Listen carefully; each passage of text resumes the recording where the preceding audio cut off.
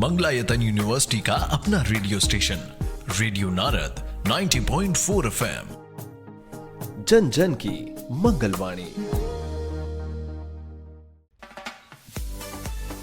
स्वागत है साथियों, आप सुन रहे हैं आपका पसंदीदा सामुदायिक radio station radio Narad 90.4 FM और मैं हूं आपके साथ आपकी अपनी आरजे याशी।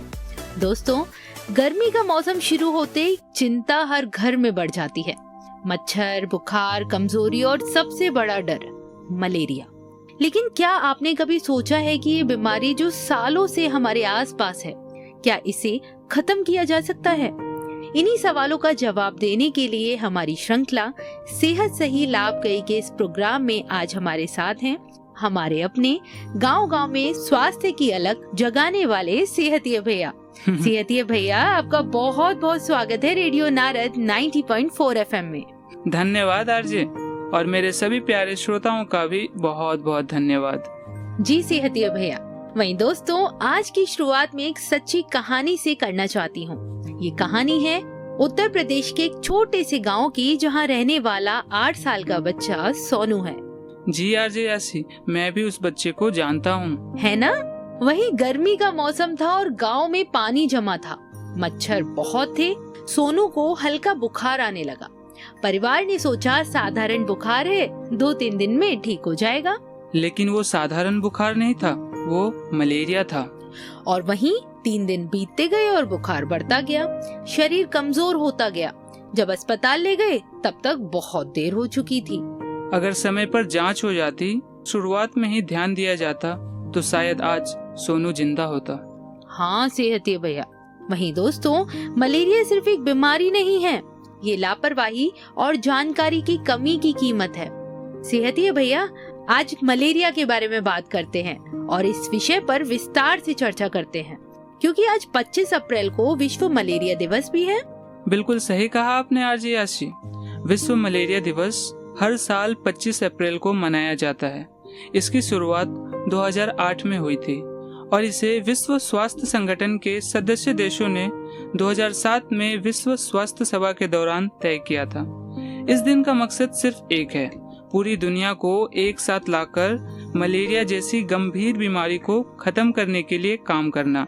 ये दिन हमें याद दिलाता है कि मलेरिया सिर्फ एक बीमारी नहीं, बल्कि एक चुनौती है जिसे हमें मिलकर लड़ना होगा।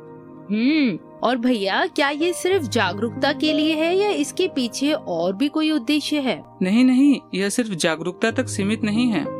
ये दिन सरकारों, डॉक्टरों, वैज्ञानिकों और आम लोगों को एक मंच प्रदान करता है, ताकि हम सब मिलकर मलेरिया को रोकें, उसका इलाज करें और अंत में उसे पूरी तरह खत्म करने के लिए प्रयास कर सके।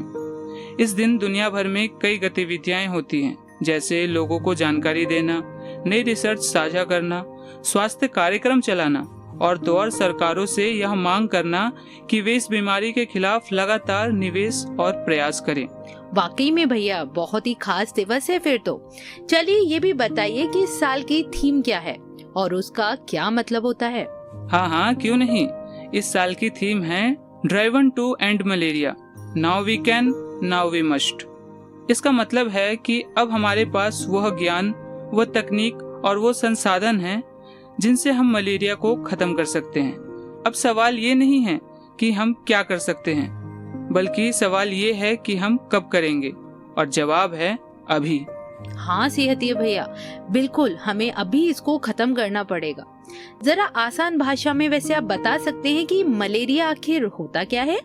देखिए आरजी, मलेरिया एक संक्रामक बीमारी है जो प्लाज्मोडियम नाम के परजीवी से होती है। ये परजीवी हमारे शरीर में तब आता है जब एक संक्रमित मादा एनोफिलीज मच्छर हमें काटती है।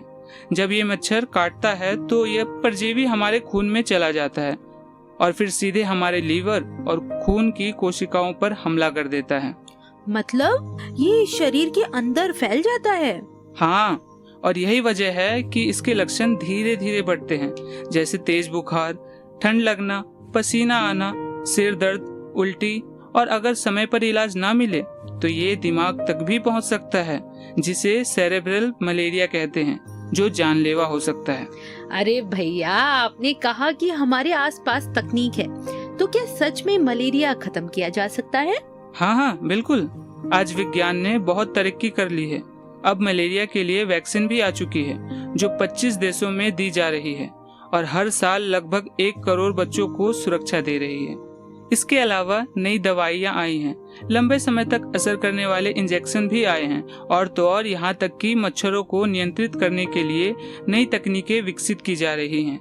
अब जो मच्छरदानी इस्तेमाल हो रही है ना, उनमें नई तकनीक है और 2024 में जो नई मच्छरदानियां बांटी गई उनमें से 84% अगली पीढ़ी की थी जो ज्यादा असरदार है। तो क्या दुनिया में मलेरिया इससे कम हुआ है? हाँ, पिछले 20 सालों में बहुत प्रगति हुई है। 2000 के बाद से अब तक तकरीबन 2.3 अरब मलेरिया के मामले और 1.4 करोड़ मौतें रोकी जा चुकी हैं। 47 देश ऐसे हो चुके हैं जहां मलेरिया पूरी तरह खत्म हो चुकी है। कई देशों में मामलों की संख्या बहुत कम हो गई है और कुछ क्षेत्रों में तो 90% तक कमी आई है। ये तो बहुत बड़ा आंकड़ा है सेहतिया भैया, लेकिन फिर भी मलेरिया अभी तक खत्म क्यों नहीं हुआ? यही तो सबसे बड़ी चिंता है आरजे। 2024 में अभी भी 28.2 करोड़ मलेरिया के मामले सामने आए और 6.1 लाख लोगों की मौत भी हो गई। इसका मतलब है कि हमने प्रगति तो की है, लेकिन अभी लड़ाई खत्म नहीं हुई है। तो क्या ऐसी परिस्थिति में चुनौतियां भी आती हैं? और अगर आती हैं तो सबसे बड़ी चुनौतियां क्या होती हैं? चुनौतियां कई आई हैं। पहली चुनौती तो ये है कि दवाइयों के प्रति प्रतिरोध। कुछ जगहों पर मलेरिया की दवाइयां पहले जितनी असरदार नहीं रह गई हैं। दूसरी चुनौती है मच्छरों का कीटनाशक के प्रति प्रतिरोध। तीसरी समस्या है जांच में दिक्कत। कुछ मामलों में टेस्ट सही परिणाम नहीं दे पाते। और एक नई समस्या यह आ गई है कि नए तरह के मच्छर जो शहरों में भी फैल रहे हैं। अच्छा, लेकिन क्या इससे पता चलता है क्या मलेरिया सभी जगह समान रूप से होता है? नहीं, ये ज्यादातर गरीब और पिछड़े इलाकों में होता है। जहाँ साफ पानी की कमी है, स्वास्थ्य सुविधाएं कम हैं, वहाँ यह बीमारी ज्यादा फैलती है। इसलिए इसे खत्म करना सिर्फ स्वास्थ्य का नहीं बल्कि समानता का भी सवाल है। वाकई में सेहतिया भैया। और ये भी बताइए, क्या सिर्फ वैज्ञानिक समस्याएं ही हैं या इसके अलावा भी कोई और दिक्कतें हैं? नहीं आरजे याशी, सामाजिक और आर्थिक चुनौतियां भी बहुत बड़ी हैं। 2024 में मलेरिया के लिए लगभग 3.9 अरब डॉलर का फंड मिला, जबकि जरूरत 9.3 अरब डॉलर की थी। मतलब आधे से भी कम पैसा मिल रहा है। इसके अलावा कई जगहों पर युद्ध, बाढ़, सूखा, जलवायु परिवर्तन जैसी समस्याएं भी मलेरिया को बढ़ा रही हैं। सेहतिया भैया, आपने पहले फंड की कमी की बात की थी ना, इसे आसान भाषा में हम कैसे समझ सकते हैं? देखिए, मलेरिया से लड़ने के लिए दवाइयाँ चाहिए, मच्छरदानियाँ चाहिए, जांच मशीनें चाहिए और तो और स्वास्थ्य कर्मचारी भी चाहिए। इन सब के लिए पैसे चाहिए, लेकिन अभी जितना पैसा मिल रहा है ना, वे जरूरत से भी कम है। इसका मतलब है कि कई जगहों पर जरूरी सुविधाएं पहुंच ही नहीं पा रही हैं। अच्छा, तो ये बात है। वहीं सेहती भैया, आपने पहले जलवायु परिवर्तन की भी बात कही थी। क्या जलवायु परिवर्तन का मलेरिया से कोई संबंध है? बहुत गहरा संबंध है। आजकल मौसम तेजी से बदल रहा है, बारिश का समय बदल रहा है, गर्मी भी बढ़ रही है। इन सब कारणों से मच्छरों के पनपने की जगह और समय दोनों बढ़ गए हैं। पहले जो इलाके सुरक्षित माने जाते थे, वहाँ भी अब मलेरिया के केस आने लगे हैं। मतलब ये सिर्फ एक बीमारी नहीं रही, ये पर्यावरण से जुड़ी समस्या भी बन चुकी है। बिल्कुल सेहती भैया, ये सब मैंने भी महसूस किया है। वहीं अगर हम अपने देश की बात करें तो आज भारत कहाँ खड़ा है? देखिए, भारत ने भी बहुत अच्छा काम किया है। 2015 से 2023 के बीच मलेरिया के मामलों और मौतों में लगभग 80% की कमी आई है। 2024 में भारत में लगभग 2.5 लाख मामले और 86 मौतें दर्ज की गई। लेकिन अभी भी चुनौतियां हैं, खासकर दूर दराज के इलाकों में, सीमावर्ती क्षेत्रों में और जहां स्वास्थ्य सेवाएं बहुत कम पहुंचती हैं। और वहीं भारत में सबसे बड़ी समस्या कहाँ है? सबसे ज्यादा चुनौती दूर दराज के इलाकों में है, जैसे जंगल वाले क्षेत्र, पहाड़ी इलाके। वहां पहुंच पाना बहुत मुश्किल होता है। इसके अलावा सीमावर्ती इलाकों में लोग एक जगह से दूसरी जगह आते जाते रहते हैं, जिससे बीमारी फैलने का खतरा और अधिक बढ़ जाता है। ये बात आपने बिल्कुल ठीक कही सेहती भैया, क्योंकि आजकल हम यही होते देख रहे हैं। वहीं क्या आप हमारे श्रोताओं को ये भी बताएंगे कि आज भारत का लक्ष्य क्या है? भारत का लक्ष्य है कि 2027 तक देश में एक भी स्थानीय मलेरिया का मामला न हो और 2030 तक इसे पूरी तरह से खत्म कर दिया जाए। तो फिर सरकार इस पर कैसे काम कर रही है? देखिए, सरकार कई स्तर पर काम कर रही है। गाँव में आशा कार्यकर्ता घर घर जाकर लोगों को जागरूक कर रही है। पीएचसी और सब सेंटर में मुफ्त जांच और दवाइयां भी उपलब्ध हैं। इसके अलावा रैपिड डायग्नोस्टिक टेस्ट की मदद से तुरंत पता लगाया जा सकता है कि मलेरिया है या नहीं, और जो दवाइयां दी जाती है उन्हें ACT यानी आर्टिमिसिनिन बेस्ड कॉम्बिनेशन थेरेपी कहते हैं, जो बहुत प्रभावी है। सेहती भैया, आपने बताया कि भारत मलेरिया को खत्म करने की दिशा में काम कर रहा है, लेकिन जरा विस्तार से ये भी बताइए कि देश में इसके लिए कौन कौन से कार्यक्रम चलाए जा रहे हैं, ताकि हमारे श्रोता भी इससे अवगत हो सके। बहुत अच्छा सवाल पूछा है आपने, क्योंकि सिर्फ जानकारी से नहीं बल्कि मजबूत व्यवस्था और लगातार प्रयास से ही मलेरिया जैसी बीमारी को हराया जा सकता है। भारत में मलेरिया नियंत्रण के लिए एक बड़ा राष्ट्रीय कार्यक्रम चलता है, जिसे पहले राष्ट्रीय वेक्टर जनित रोग नियंत्रण कार्यक्रम कहा जाता था, और अब इसे राष्ट्रीय रोग नियंत्रण केंद्र के तहत और मजबूत किया गया है। इस कार्यक्रम का मुख्य उद्देश्य है मलेरिया के मामलों को कम करना, समय पर पहचान करना और सही इलाज करना। तो क्या इसके लिए कोई खास योजना भी बनाई गई है? हाँ बिल्कुल, भारत ने राष्ट्रीय मलेरिया उन्मूलन रूपरेखा यानी national framework for malaria elimination तैयार की है, जिसमें साफ तौर पर लक्ष्य तय किए गए हैं कि पहले मलेरिया के मामलों को तेजी से कम करना, फिर स्थानीय स्तर पर संक्रमण रोकना और अंत में पूरे देश से मलेरिया को खत्म करना। इसी के तहत भारत ने राष्ट्रीय रणनीतिक योजना national strategic plan for malaria elimination भी बनाई है, जिसमें हर जिले को उसकी स्थिति के हिसाब से अलग अलग श्रेणियों में बांटा गया है। कुछ जिले ऐसे हैं जहां मलेरिया ज्यादा है और ज्यादा ध्यान दिया जाता है, ज्यादा संसाधन भेजे जाते हैं, और जहां कम है वहां निगरानी मजबूत की जाती है ताकि बीमारी दोबारा न फैले। अच्छा, ये तो योजना की बात हो गई। वहीं जमीन स्तर पर सरकार क्या कर रही है? देखिए, जमीन पर बहुत काम होता है, बस हमें उसका एहसास नहीं होता। गांव में नियमित रूप से इंडोर रेसिडुअल स्प्रे यानी कि IRS किया जाता है, यानी हर घरों की दीवारों पर दवा का छिड़काव, जिससे मच्छर मर जाते हैं। लोगों को लॉन्ग लास्टिंग इंसेक्टिसाइडल नेट यानी कि LLIN मच्छरदानी दी जाती है, जो कई सालों तक मच्छरों से बचाव करती है। स्वास्थ्य कार्यकर्ता घर घर जाकर बुखार वाले मरीजों की पहचान करते हैं और तुरंत जांच करवाते हैं। कई बार तो वही पहली व्यक्ति होती है जो किसी मलेरिया के केस को पकड़ती है। इसका मतलब है लोग खुद जाएं तभी जांच होती है ना? नहीं, यही सबसे बड़ी बात है। अब सिस्टम खुद लोगों तक पहुंचता है। इसे एक्टिव सर्विलांस भी कहते हैं। अगर किसी इलाके में मलेरिया का केस मिलता है तो स्वास्थ्य टीम वहां जाकर आसपास के लोगों की भी जांच करती है, ताकि बीमारी फैलने से पहले ही रोकी जा सके। लेकिन सेहती भैया, क्या सिर्फ सरकार ये संभव करती है? नहीं आरजे, बिल्कुल नहीं। सरकार जितनी भी प्रयास कर ले, अगर समुदाय साथ नहीं देगा तो मलेरिया खत्म नहीं होने वाला। अगर लोग मच्छरदानी का इस्तेमाल नहीं करेंगे, अगर पानी जमा होने देंगे, अगर बुखार होने पर जांच नहीं कराएंगे, तो कोई भी योजना सफल कैसे हो सकती है? बिल्कुल, ये तो आपकी बात बिल्कुल सटीक है सेहती भैया। तो इसमें आम लोगों की क्या भूमिका रही है, ये भी बता दीजिए। देखिए आरजे, सबसे बड़ी भूमिका आम लोगों की ही होती है।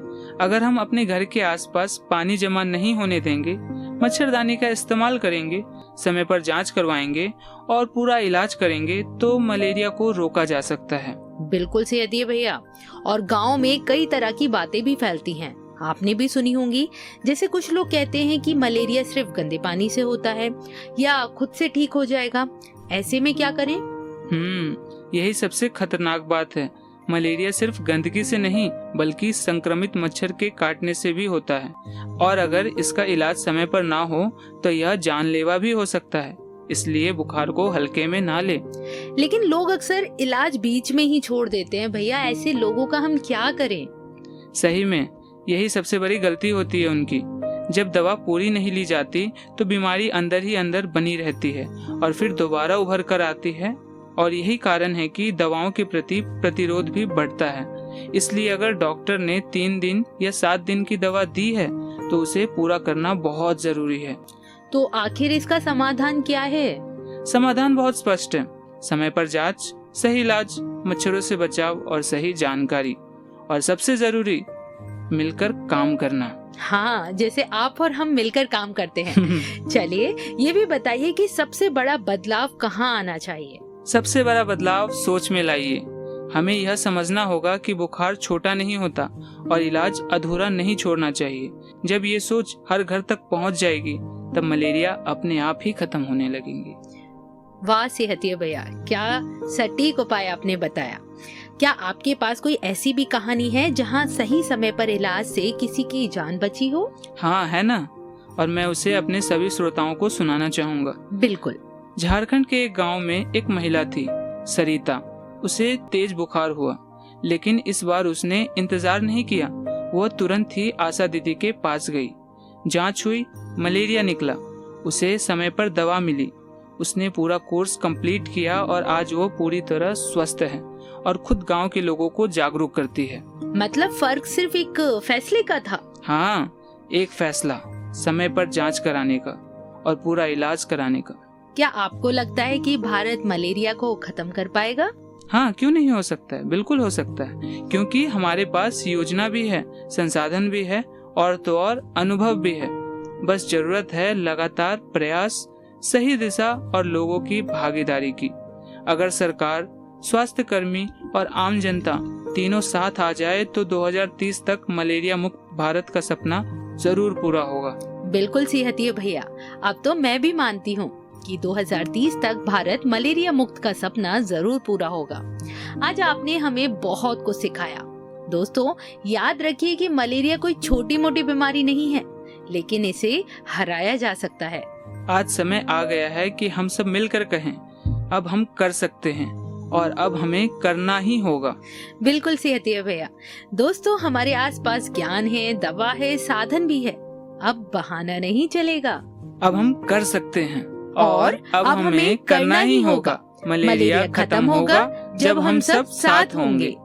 तो इसी के साथ आज का शो हम यही समाप्त करते हैं, पर जाने से पहले हम सब मिलकर आइए शपथ लेते हैं। हम अपने और अपने परिवार की जिम्मेदारी लेंगे।